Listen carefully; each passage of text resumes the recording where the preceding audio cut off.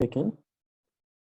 So welcome everybody to the second day of our 21-day course on the Tree of Excellent Speech, a commentary on the classical Tibetan text, the 30. So,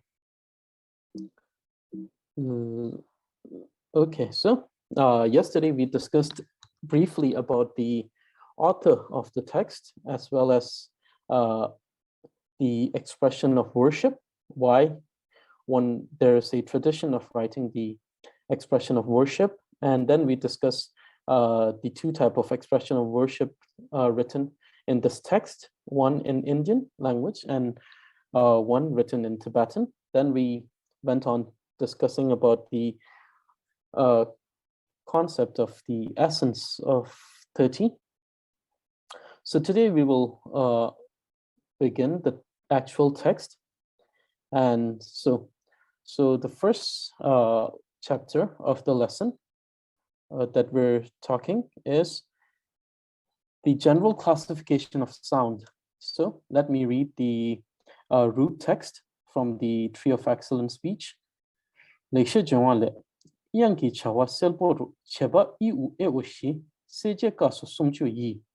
Okay, so this very verse, it tells us the general classification of sound.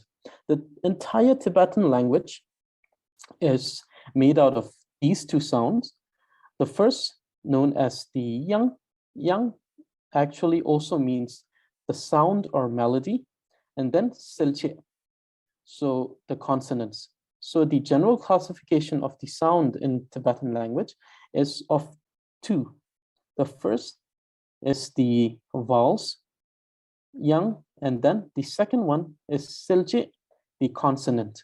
So it says cheba iu eoshi, meaning there are four types of vowels: i, u, e, o, and seje kaso sumju i. That means that there are 30 consonants, such as ka. So here we understand that the general classification of sound in Tibetan language is done as vowel and consonant. Yang, silche. So in Tibetan language system, there are four types of vowels, or four vowels, which are I, U, E, O. And these are the actual sound of these vowels. And these are the sounds that actually combines with the sound of the consonant to give us the sound of each and every one of the syllable and the word in Tibetan language. So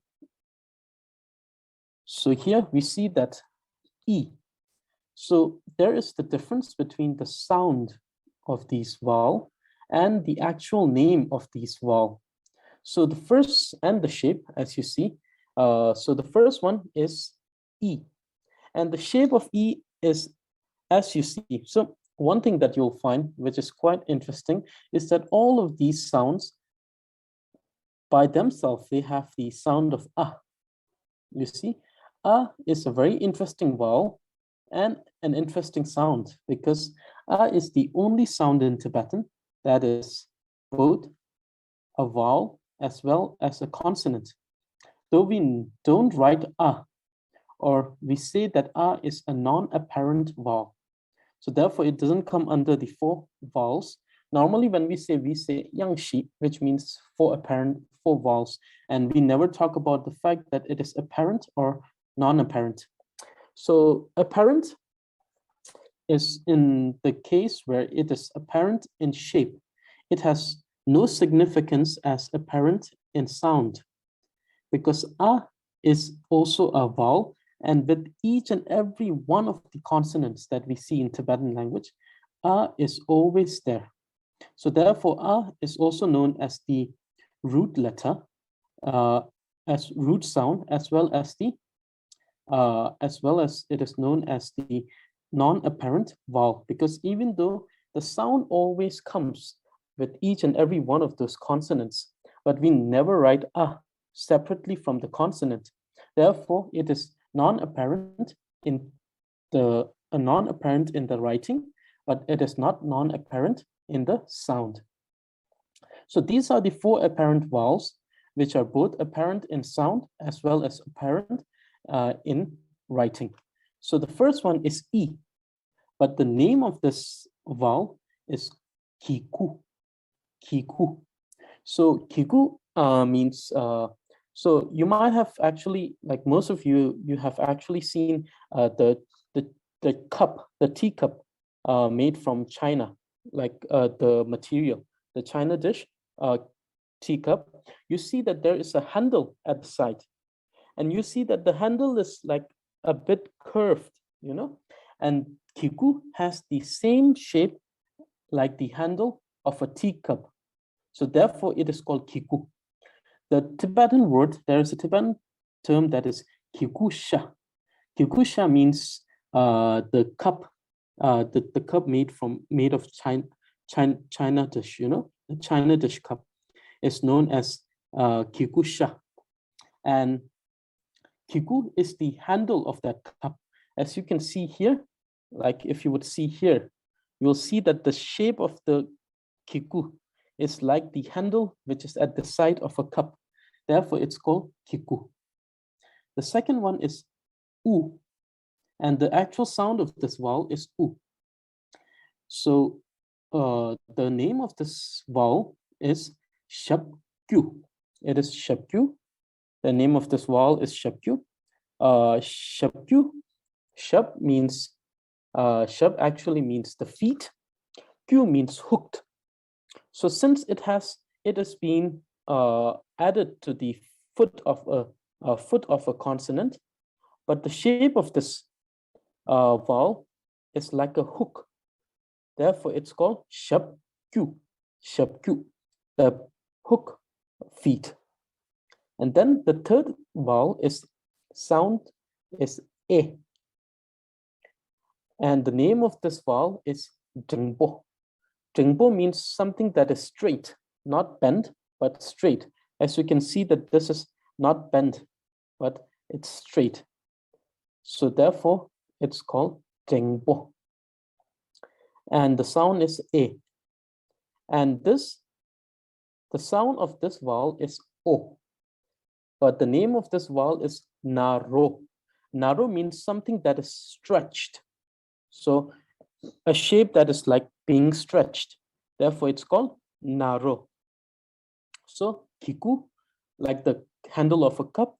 Shabkyu, like the hook feet. Jengbo, the straight. And naro, the stretched one. So therefore, these are the four vowels. And the sound of each of these vowels is, as written here, E, U, E, O. These are the four vowels that has been adopted from the Indian system of language to Tibetan system of language. Okay, so when we add, so let me continue this after this. So the other type of sound is silche. So there is two difference. So there is difference between silche and yang, and the most fundamental difference between silche and yang is that the function of yang is just to change the sound of a consonant. It doesn't have any meaning by itself. Its only function is to change the sound. Whereas the definition of silche is these are the sound that actually makes a meaning when they are combined with a vowel. So whenever it is combined with a vowel, it makes a meaning, and therefore it is called silche. Sil means to make apparent. So the thing is that the vowel or the yang, it makes the sound apparent, and the consonant or the silche makes the meaning apparent of a word. So the meaning of any names in Tibetan is dependent on the silche. The sound is being manipulated by yang. Though we must also understand that the consonants being sound will always manipulate the sound of any other consonant. Or in other words, we can say it will change the sound of any other base rudimentary or fundamental sound. So there are two types of basic sound. The first one is yang, or the vowels, and the second one is silje, or the consonants. So there are 4 types of vowels, and then there are 30 different consonants. There are 30 different consonants, and these 30 different consonants, as we know, are ka, kha, kha, nga, cha, cha, cha, nya, ta, tha, tha, na, pa, pa, pa, ma, sha, za, za, za, wa, sha, sa, ha, ya, ra, la, sha, sa, ha, a. So these are the 30 consonants. So the very meaning of the text 30 refers to all these different 30 consonants, and how these makes the fundamental structure of all the names and the writings or sentence of Tibetan language. So the classification of the consonants are done in 2 manners. First one is the general classification, which is done in 7.5 group.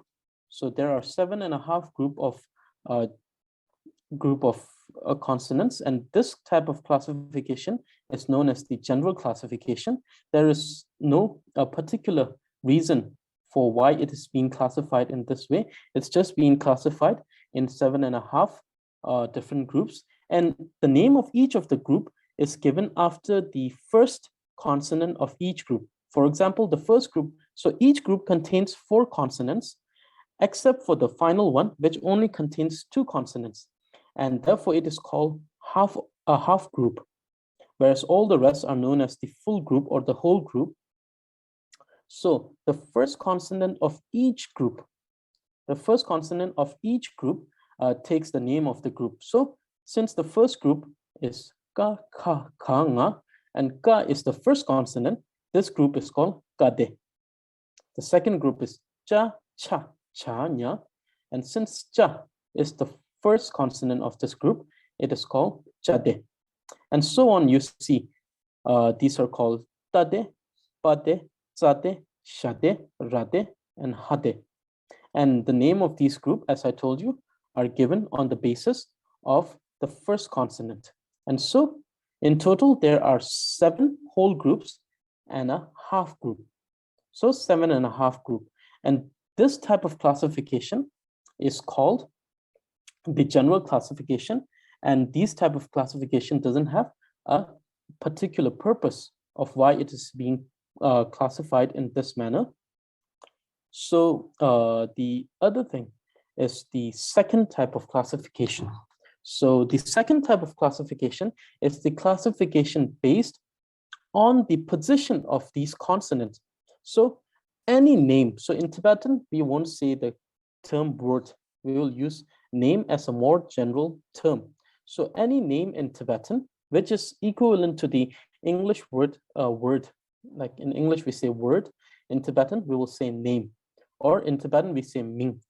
So any name in Tibetan, and this should not be mistaken with the term ming tik, which is noun. So ming is a general term which means all the words in Tibetan language. It may be action word, it may be ornamental word, describing word, conjunction, anything. So all of them comes under name. So whenever we write a name, be it like, for example, we can give an example here. It is cell. Cell is a name. So we say kausala cell. It is a combination of two or more consonants or vowels. Every name has a vowel and a consonant. And when I say vowel, I'm not talking about the 4 apparent vowel. I'm talking about the 1 non-apparent root vowel, a. So every name is a combination of consonant and vowel. And so they are written in a specific way where there is position of each of those consonants. And the classification based on the position of these consonants in a name is done in 4 different groups. And these 4 different groups are Huanjuk, Mingxi, Jinjuk, and Yangjuk. So these are the classification based on the position of the consonants in a name. So, so this, as we talked, as we discussed earlier, is the 7.5 group. Kade, ka kakanga, chade, cha chachanya, tade, ta thana, pade, pa pa pama, zade, za zawa, shade, shasahaya, rade, rala shasa, hade, ha, and a. So this is a half group. As you can see, all of these contains 4 consonants, except for this one, the 8th group. So we call it 7 whole and a half group. So 7.5 group. Okay, so this verse from the root text of Tree of Excellent Speech tells us about the different classification of the consonant based on the positioning of the consonant in a name. So the text, which means from the, so there are 30 consonants, and out of the 30 consonants, Kanga Tana Pamaha, Rala Sanam Jinjukchu. So out of the 30 consonants, Ka, Nga, Ta, Na, Pa, Ma, Ha, Ra, La, and Sa. These 10 are known as Jinjuk, or the 10 Jinjukchu, or the 10 suffix letters.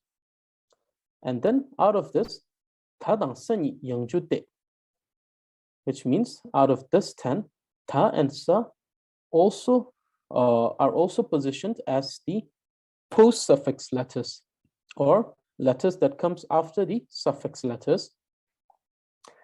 Tani nara lasumta sani kanga pamatop. So this is talking about where these 2 post-suffix letters will follow, like in after which of the 10 suffix letters will ta and sa as a post-suffix will follow. So we see ta. If it's a post-suffix letter ta, it will follow the suffix letter nara la. Whereas if it's the post-suffix letter sa, it will follow the suffix letter ka, nga, pa, and ma. And then kada, pama, hangunju. Out of these 10 suffix letter, ka, ta, pa, ma, and fa, and ha. These 5 are also known as prefix letters. Okay, so this is the root text. So when we classify consonants on the basis of their position in a name, they are classified in 4 different groups. The first one is the foundation of name, also known as the Mingxi. Sumju means 30. So all of the 30 consonants are also considered to be the foundation of name. So the foundation of name, as we see, so these letters, or these letters which are the foundation of name, the definition is, so these letters that functions as the foundation of a name and the core sound. So when it functions in 2 ways. One is that it functions as the foundation of a name, meaning it functions as the letter which acts as the core letter, which is the on the basis of which all of the other prefix, suffix, and post-suffix letters are positioned in a name. Therefore, it is called the foundation. Normally, when we build a house, right? When we build a house, we first build the foundation, and then upon that we build the pillars, and then walls, and then the second floor, the third floor.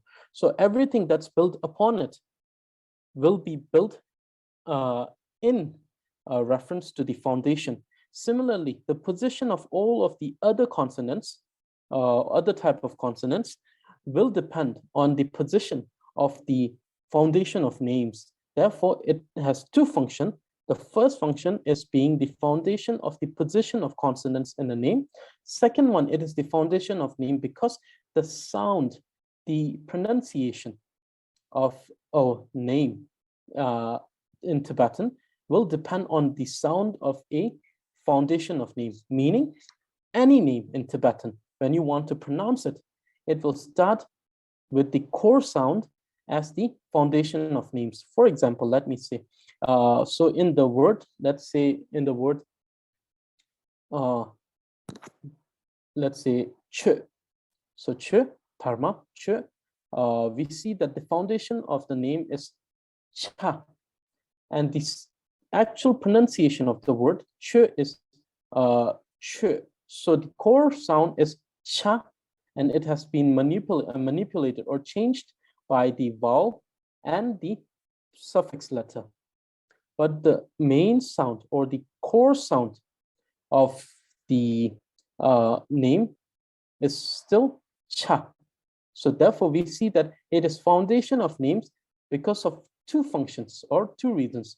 One, it is foundation of names because it is the foundation on the basis of which the positioning of all the other consonants, the vowel, and then the subjoined letters, the crown letters, are being positioned.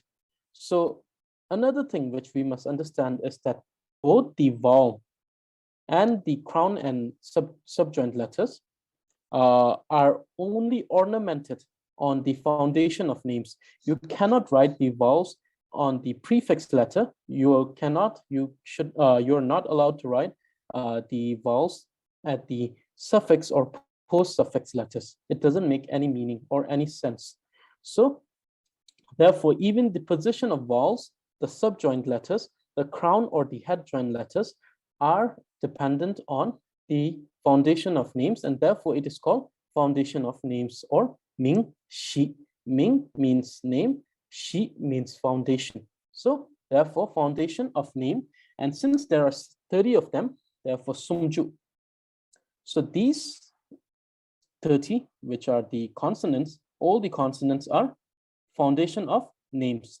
So, but there is a difference. The difference is that some of these consonants, when we write them by themselves, like for example, if we write ka, it's a combination, it's a compound or combination of the consonant k and the vowel a, so it becomes ka.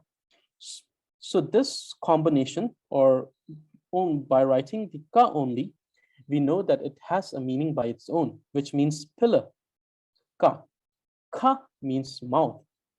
But some of these consonants, if you write them by themselves, they do not have a meaning of their own. So that's the difference between these 30 consonants. Otherwise, all of them, when you write a name, will function as a foundation of name. So just like we said, in a letter, or sorry, in a name, if you want to identify a foundation of name, it's very easy. The first thing you must look at is the position of that very particular sound or letter, or something that will happen sometimes is that some certain letter will have the vowel or the subjoined letters, or the crown or head joined letters, and the letter on which these are being ornamented or added to are the foundation of names. And then by referring to that letter, you can see which is the prefix, which is the suffix, or in some case, which is the post-suffix letter. Now, there are, from these 30 foundation of names, the 10 suffix letters are derived. And these 10 suffix letters are Kanga, Tana, Pama, Ha, Rala, Sa. So just like in the root text, it said, which means out of the 30 consonants, such as ka, 10 are derived as the 10 suffix letters. And these are known as suffix letters only because of their position.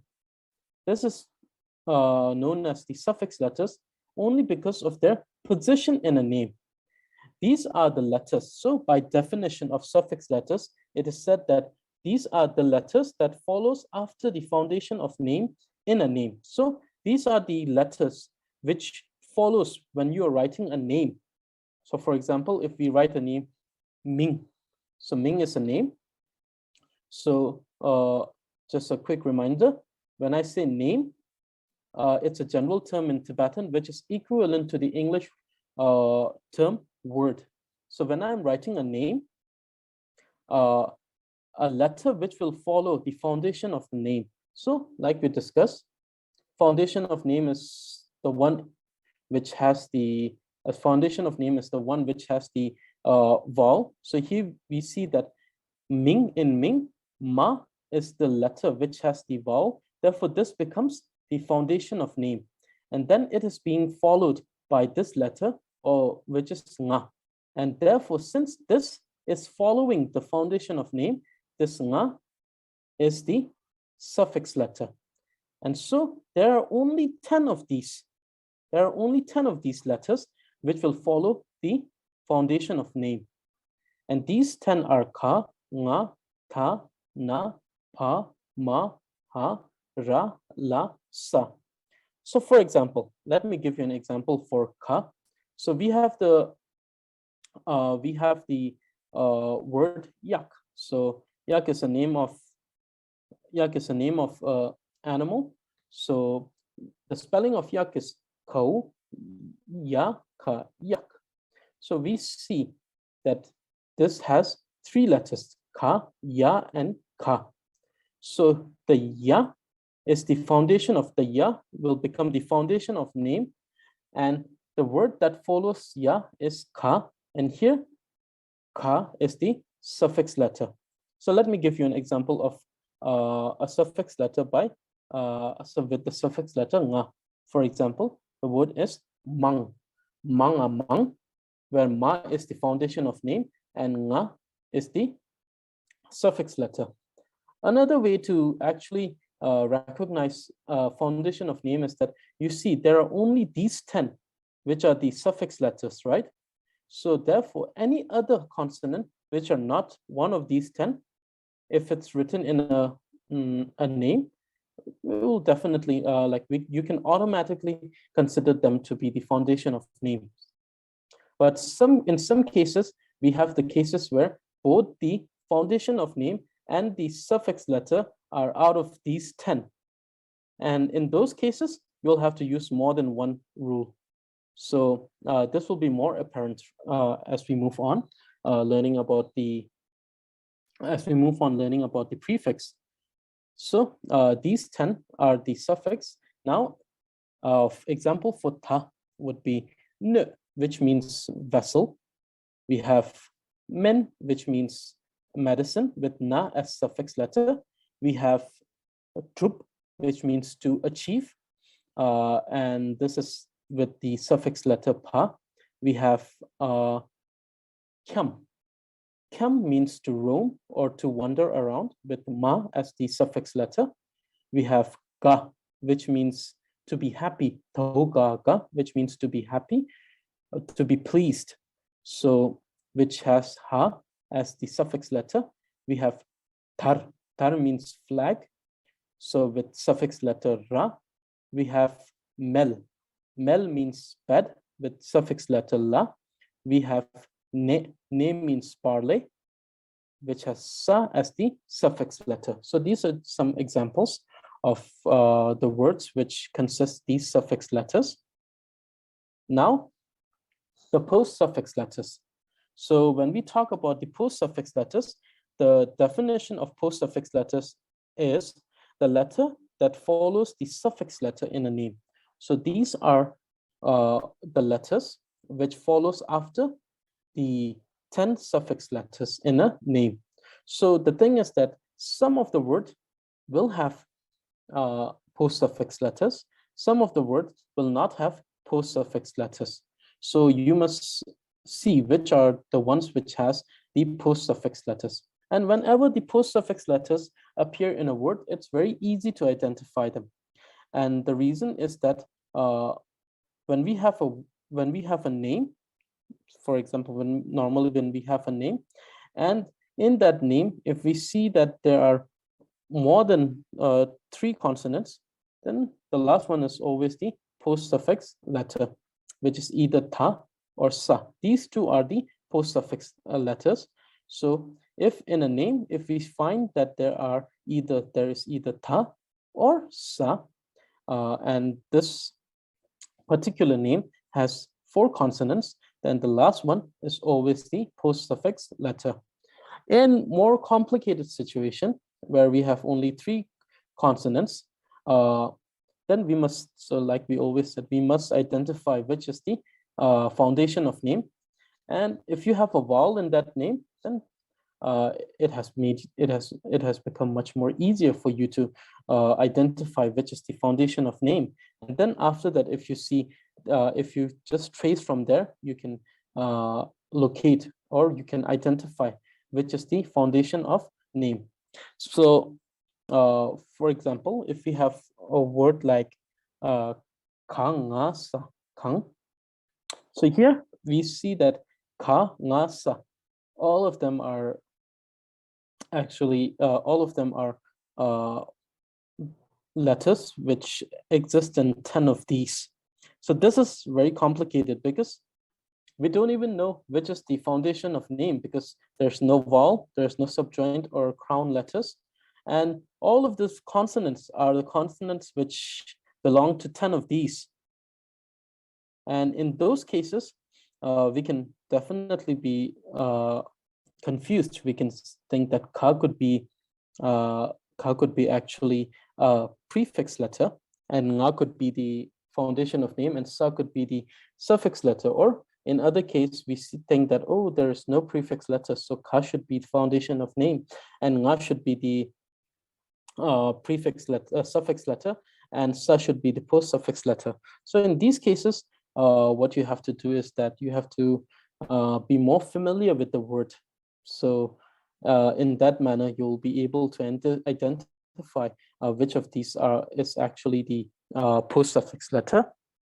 So, and then the thing is that there will be other rules which will be discussed in a different text, which tells us which sound can follow which sound as a suffix, as a prefix, as a foundation of name. But that thing we will not be discussing in this one, because it's not the it is not the concept of the 30. It's a concept of a different text.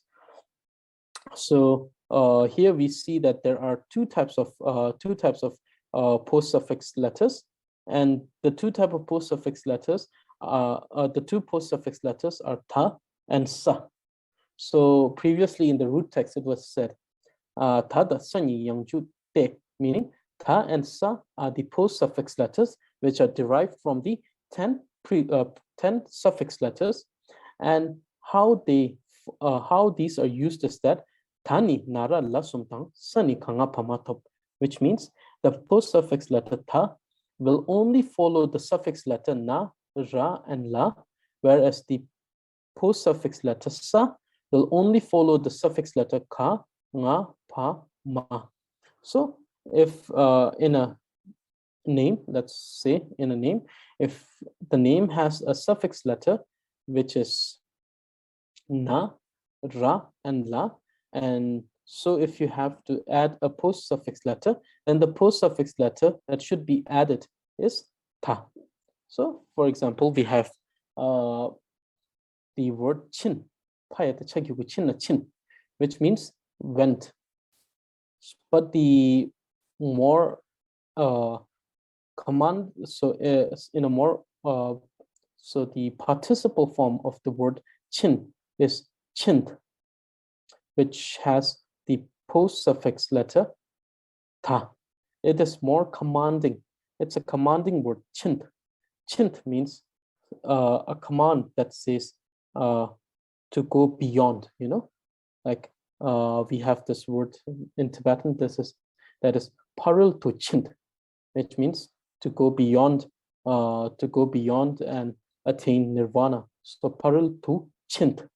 So chint is, so the thing is that we don't see the usage of this yangjuk ta, or the post-suffix letter ta, also known as tata or traktar, in these days writing, because it is written in only two cases. First one is if someone is commanding you to do something, then you'll use a word which consists of the post-suffix letter ta. The other one is in the case where it has been something has been told to be done by a supreme being or sublime being, like for example, the Buddha asked the Arahant to, for example, Buddha asked the Arahant who are lost in the meditation for thousands of years, and Buddha asked them, wake up from your meditation and go beyond to attain the liberation. Then he will say, parul to chint, means practice and go beyond and attain the enlightenment, the nirvana. So chint is a word like this.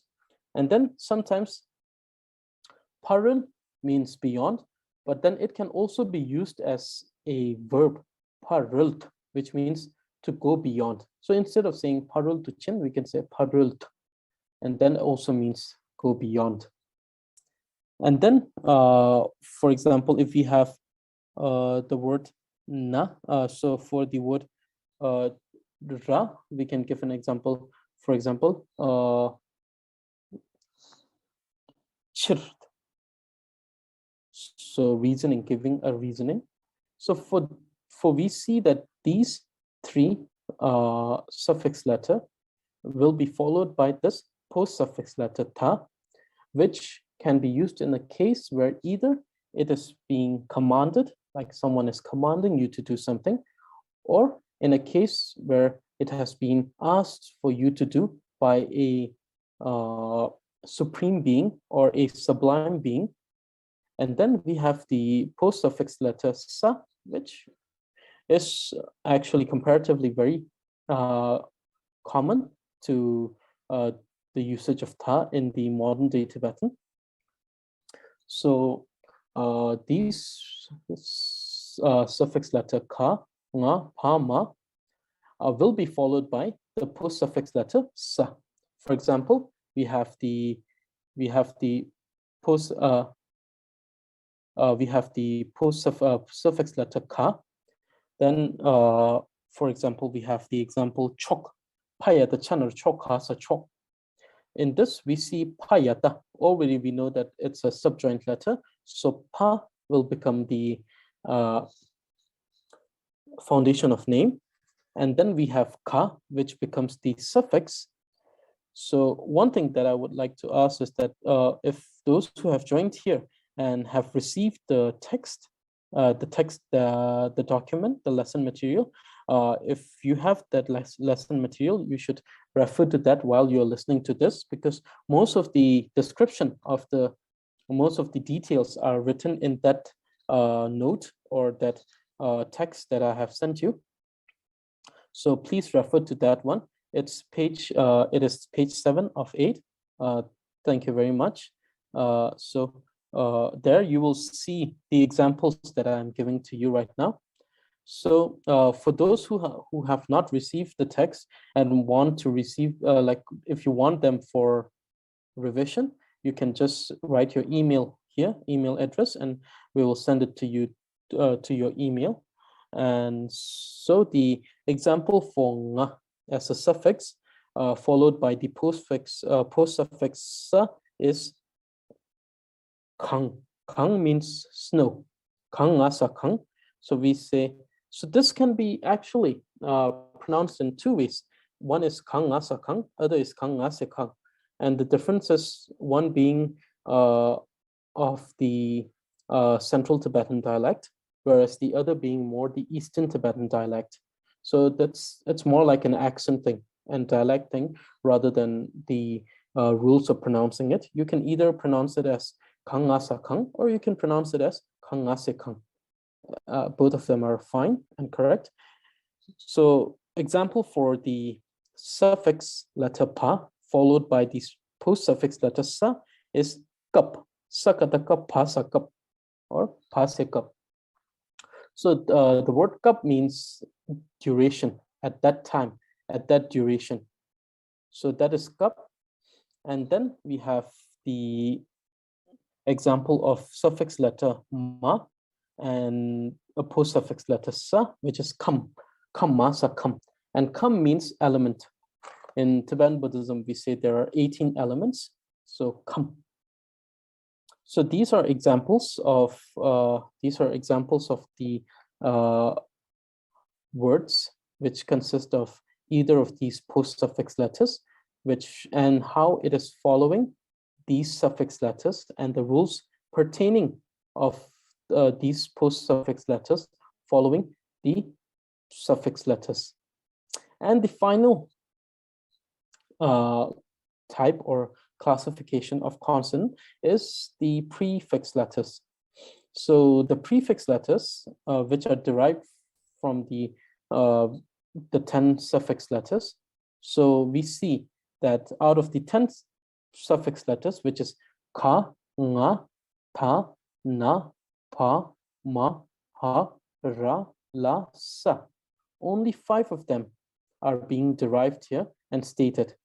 And these 5 are ka, ta, pa, ma. So this is ta. Either it's the typography mistake, or it's the size of the cell that the cell in which it has been written that is preventing. But I think it's more typography, because we can see that the ka has its entire feet, whereas this is nga, so it's a typography mistake. So this is ta, ka, ta, pa, ma, ha. So these 5 are the prefix letters that are derived from the 10 suffix letters. So these are known as prefix letters, and the definition is the letter that precedes or comes before the foundation of names in a name. So these are the letters which is positioned before a foundation of name when it written in a name. For example, we have this this particular name, that is Hau Chasham Chuchuk Kachuk. So just by looking at this, we understand that since cha is the letter which has the vowel, this has to become the.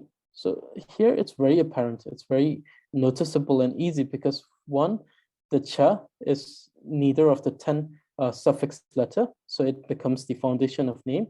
And the other thing is because it has the vowel. So these are the 2 things that gives away cha as the foundation of name. And now, since we already know which is the foundation of name, the one that comes before this, ha, this is the prefix, and the one that comes after this, ka, is the suffix letter. And if there was another name, another consonant which would have followed this, that would have become the post-suffix. So we see with these 2 concepts, the first one, that any letter in a name that is neither of the 10 suffix letter is a foundation of name, or any of the letter, even though they are one of the 10 suffix letter, but are ornamented by the vowel, the subjoined, or the crown or the head joint letter. These are the subjoined. These are the crown letters or the head joint letters. These are joined at the head of the consonant, at the top of consonant. Therefore, these are called the head joint letters. And subjoined are the ones which will be attached to the foot of each letter. So yes, so these are the, so any letter that has either the subjoint, the crown, or the head joint, or the vowel attached to them are naturally the foundation of name. And then when we have already identified the one that comes before this, by definition, it says the letter that precedes the foundation of name in a name. So therefore, since it precedes the foundation of name in this name, this is the prefix letter. And this, by definition, a letter that follows the foundation of names in a name, meaning that which comes after the foundation of names in a name, is suffix letter. And then if there were one more consonant, either sa or ta here, that would have become the post-suffix letter. So these 5 are the prefix letters, letters which can come before the foundation of names in a name, which are derived from the 10 suffix letters. So let me give you example for each of these. Look at page number 8 of 8 in the document. The first one is sel. Sel means to make clear or to make apparent. Something that is made clear or apparent is sel. Sel. And we see that ka is the prefix. The second one for ta is to ganaruko. Go is actually an animal in Tibet. It's an animal in Tibet. It's called goa. It's like a Tibetan mountain deer. We also call it is also known as the antelope. It's like a mountain deer. It looks like a deer, but some consider it to be more like a goat. But so it's an animal. To ganaruko. Po ganaruko means to divide. So okay, let me finish this and I'll tell you something. Mo ganaruko means the head. How ganaruko means to begin. So you see that the 4 of the examples, though they have different suffix prefix letter, they sound quite similar. So these are homonyms, meaning they have similar sound but different names. They're different meaning.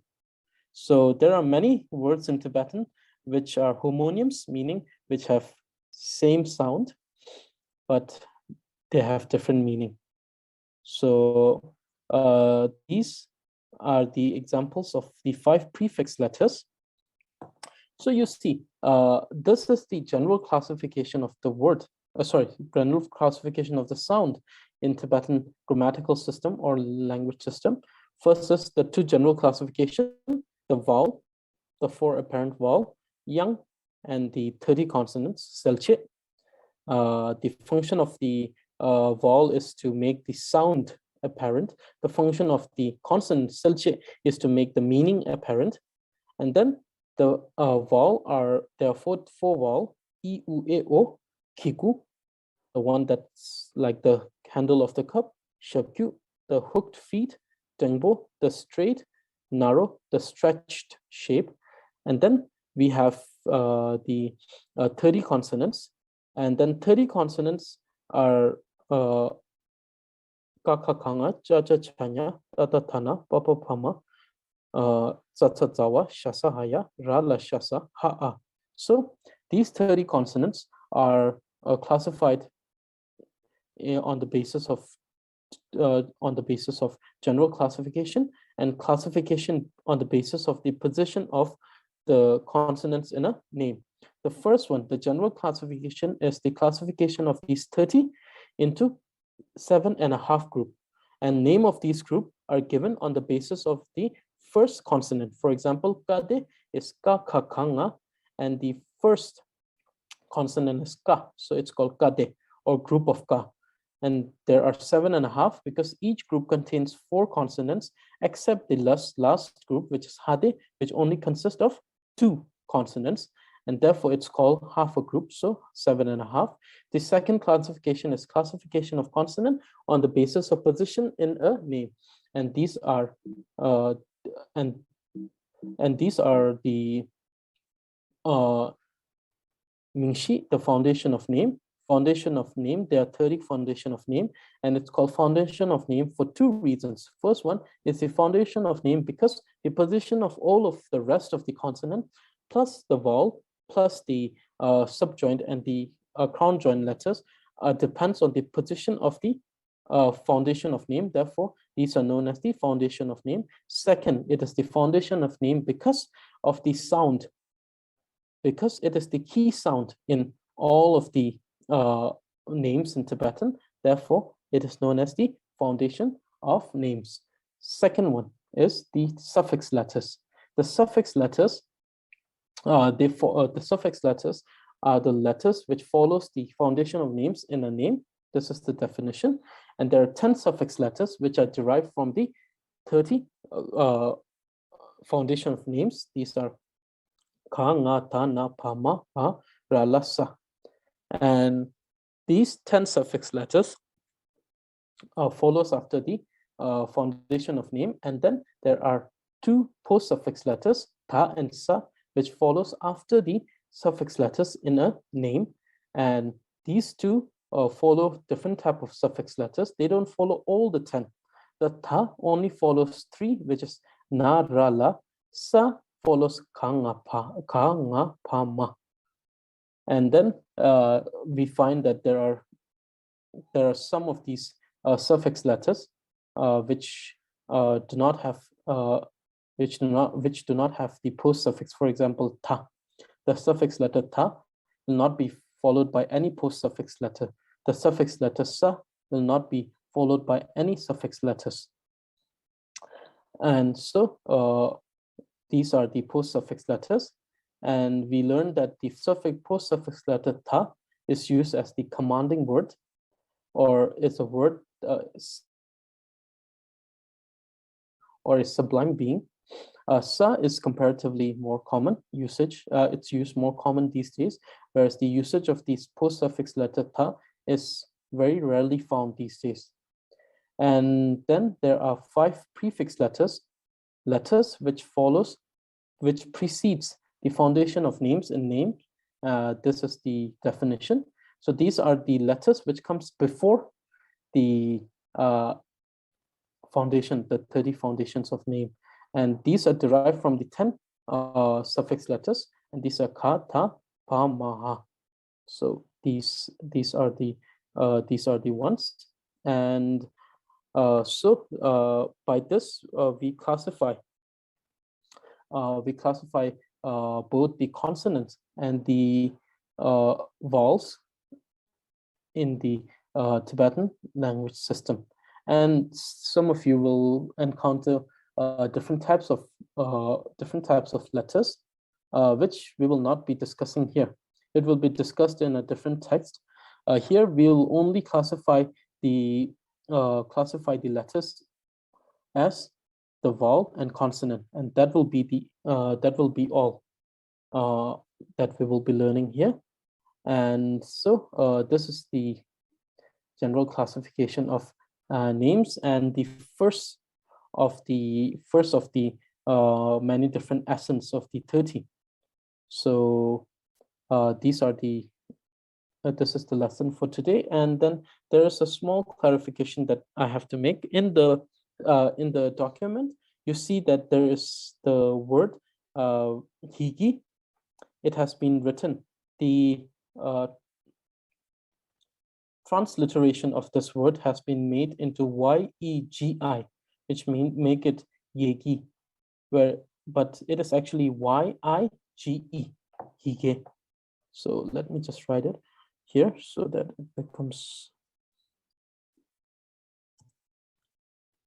So it is written as this, but it has to be read like this.